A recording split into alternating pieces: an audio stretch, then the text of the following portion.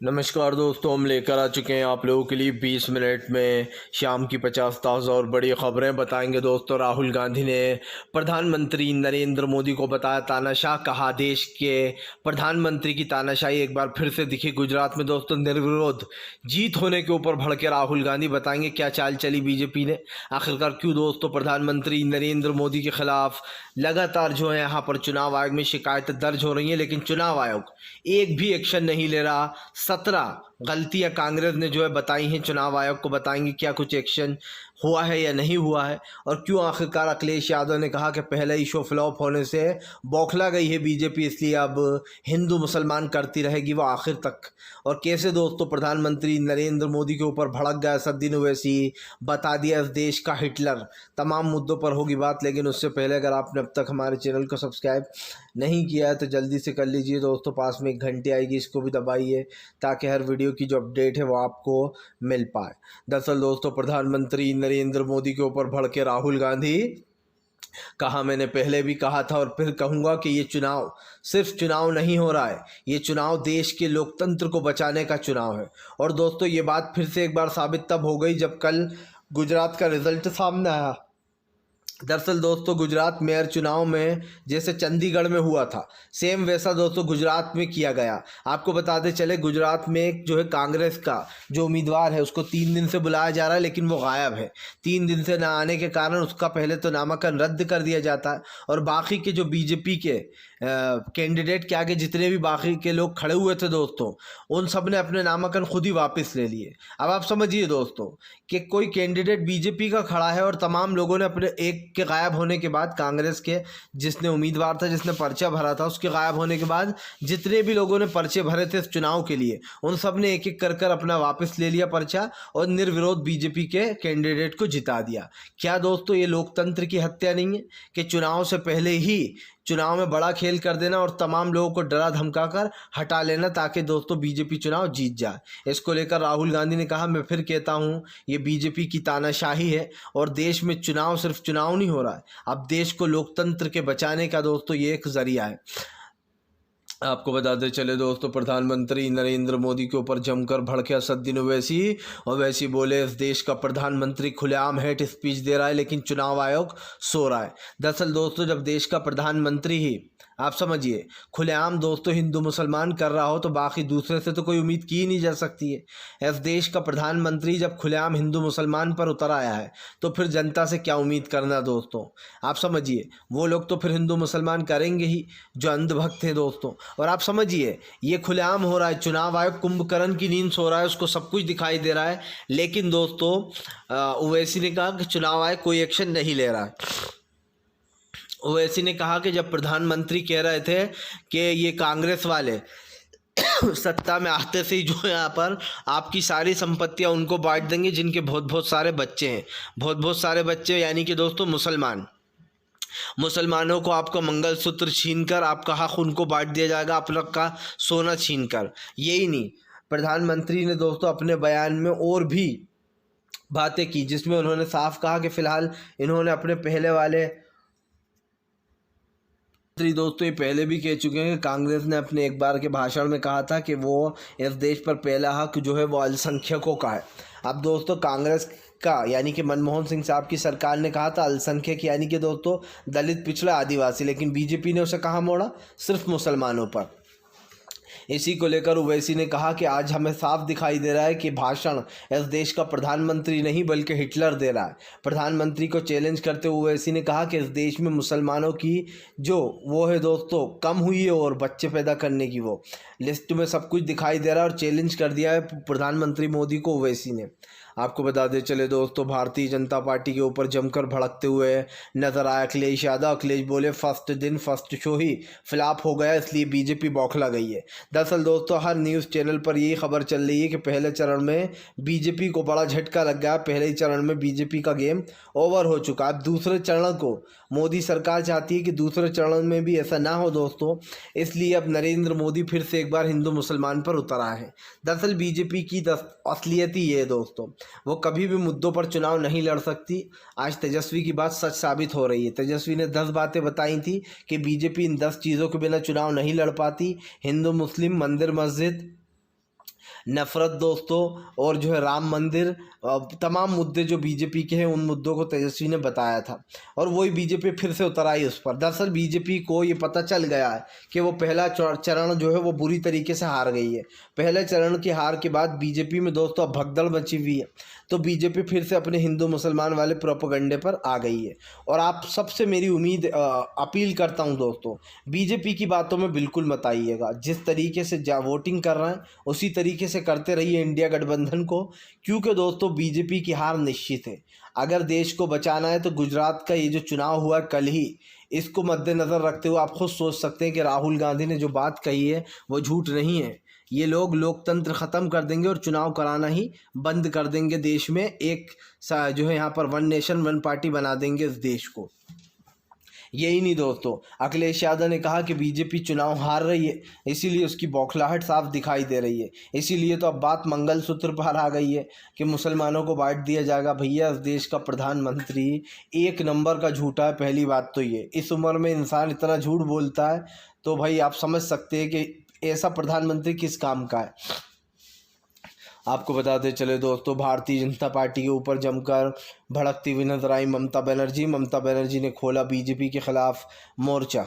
दरअसल आपको बताते चले, ममता बनर्जी का कहना है कि भारतीय जनता पार्टी बंगाल में दंगे फैलाने आती है और वो दंगे फैलाकर चली जाती है। उन्होंने कहा कि ये लोग किसी राज्य के पीछे नहीं पड़ते, सिर्फ बंगाल और तमाम विपक्षी राज्यों के पीछे पड़ते हैं। उन्होंने कहा जहाँ जहाँ बीजेपी की सरकार है वहाँ पर कानून व्यवस्था नाम की चीज़ तक नहीं है, लेकिन भारतीय जनता पार्टी यहाँ पर नफरत फैलाने का काम कर रही है। यही नहीं दोस्तों, ममता बनर्जी ने आरोप लगाया कि बंगाल के जो चुनाव हुआ था उसके दौरान बीजेपी ने कई जगहों पर हिंसा भी करवाई है।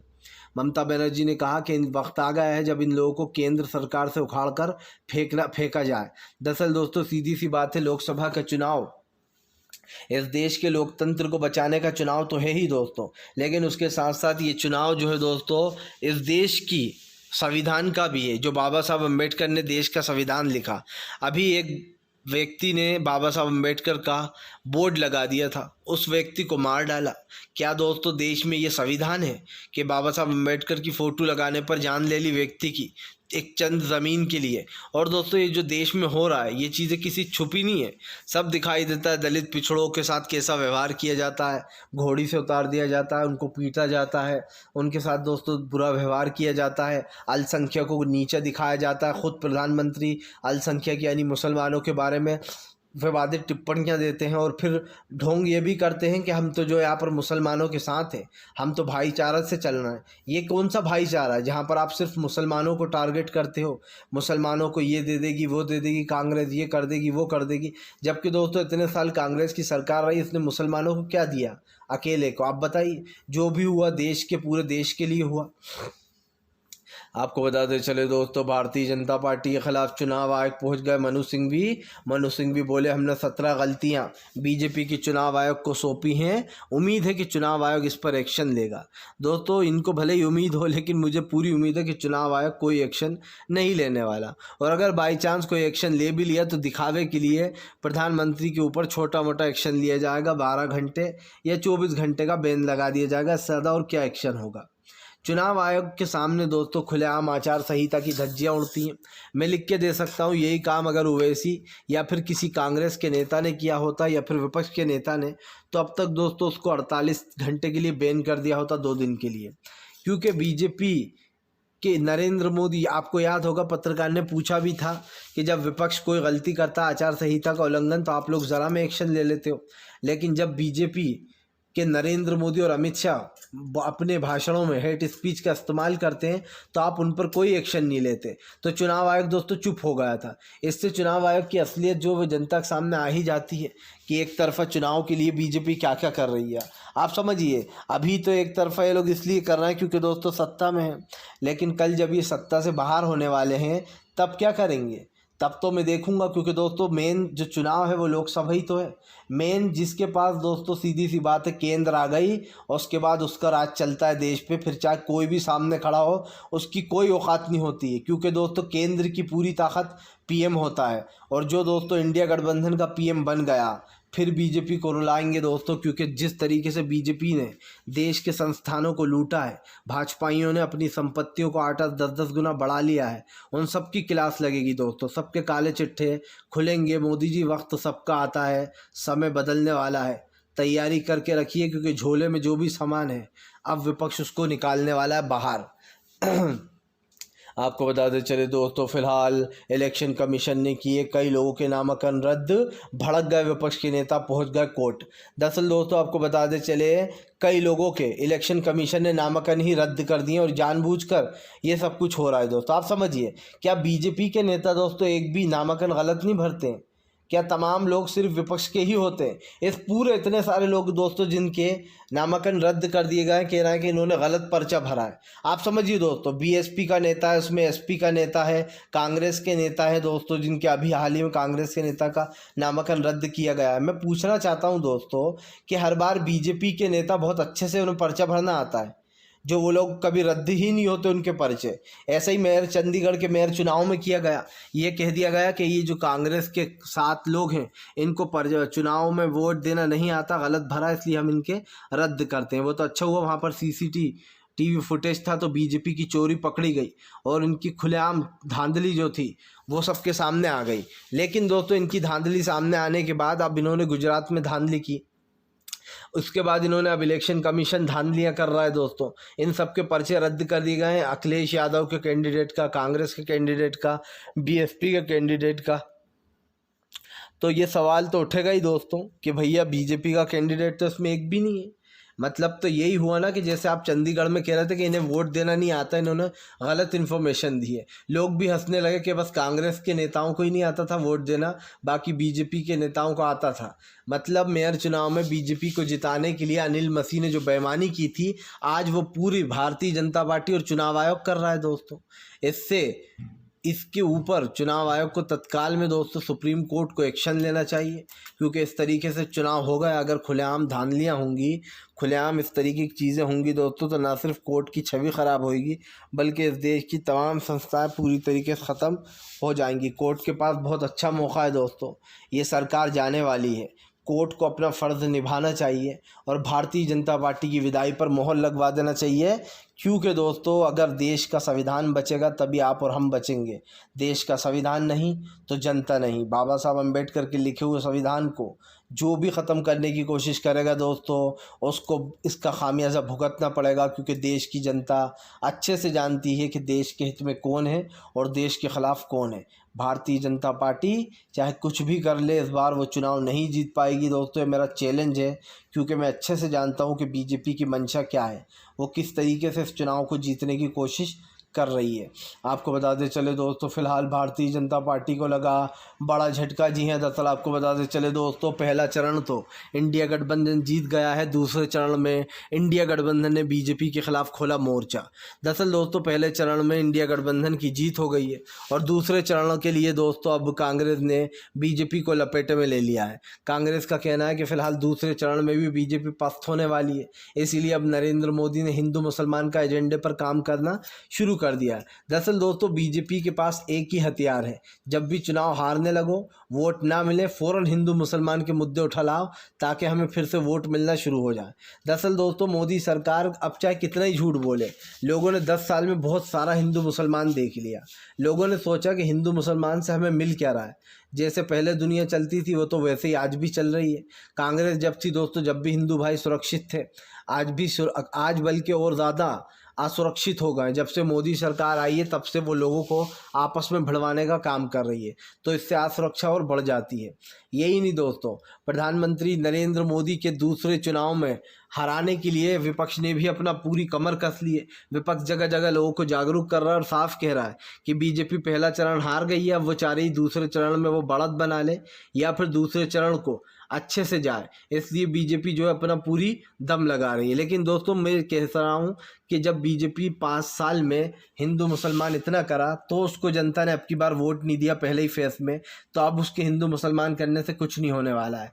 जिन लोगों ने तय कर लिया है कि वो वोट नहीं देंगे क्योंकि 10 साल में कोई विकास नहीं हुआ, क्योंकि अब की बार ये लोकतंत्र के लिए बहुत ख़तरे की बात है दोस्तों। अब की बार कई लोगों ने चुनाव में वोट ही नहीं डाला, ये कहकर कि हम नहीं डालेंगे, हमारे यहाँ की सड़कें कच्ची पड़ी हैं, हम क्यों डालें वोट। यही नहीं, कुछ लोगों ने तो जो है विरोध ही कर दिया वोटिंग का। जाहिर सी बात है दोस्तों कि इस देश में अगर हिटलरगिरी से देश को चलाना है, देश में कोई काम भी नहीं करना और वो लोगों से वोट लेने के लिए विधायकों को ख़रीदना है कि जनता किसी की पार्टी को वोट दे, विधायक को ख़रीद लो। मेयर चुनाव हो तो तमाम कैंडिडेट को ख़रीद लो, वो खुद ही अपने पर्चे वापस ले लें और निर्विरोध बीजेपी का कैंडिडेट जीत जाए। अगर ऐसे ही चुनाव कराना, चुनाव का मतलब ही क्या है? ये तो चुनाव थोड़ी ना हो रहा, ये तो मजाक हो रहा है। ये मजाक अगर करना ही है तो फिर चुनाव बंद करा देना चाहिए और खुलेआम कह देना चाहिए कि भैया देखो अब से चुनाव नहीं होंगे, अब से देश में एक ही पार्टी रहेगी, वो है बीजेपी। फिर देखो आप मज़ा जनता कैसे सड़कों पर उतर के दौड़ा दौड़ा कर पीट के इस देश से बाहर निकालती है तुम्हें। तभी तुम्हारे दिमाग ठिकाने लगेंगे जब इस देश की जनता सड़कों पर उतर जाएगी। सीधी सी बात है दोस्तों, मोदी सरकार पहला चरण हार गई है, दूसरा हारने की तैयारी कर रही है। वो उसे लग रहा है हिंदू मुसलमान करूँगा तो बच जाऊँगा। लेकिन दोस्तों आप लिख के ले लीजिए, अटल बिहारी वाजपेयी से भी बुरा हाल अगर नरेंद्र मोदी का ना हो जाए तो कहना।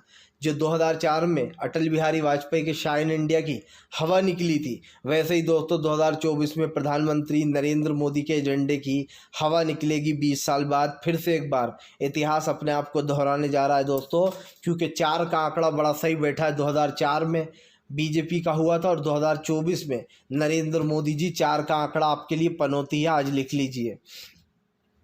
आपको बताते चले दोस्तों, फ़िलहाल भारतीय जनता पार्टी और तमाम बीजेपी के कैंडिडेट के ख़िलाफ़ दोस्तों कई लोगों ने खोल दिया है मोर्चा। जी हाँ, दरअसल आपको बताते चले हैं, अब संजय रावत ने बीजेपी को जमकर लपेटा। संजय रावत बोले बीजेपी चुनाव हार रही है, इसलिए बौखलाहट में इधर उधर की बातें कर रही है। दरअसल दोस्तों बीजेपी पहले ही चुनाव में पस्त हो गई है, इसको लेकर जमकर भड़कते हुए नजर आए हैं संजय रावत।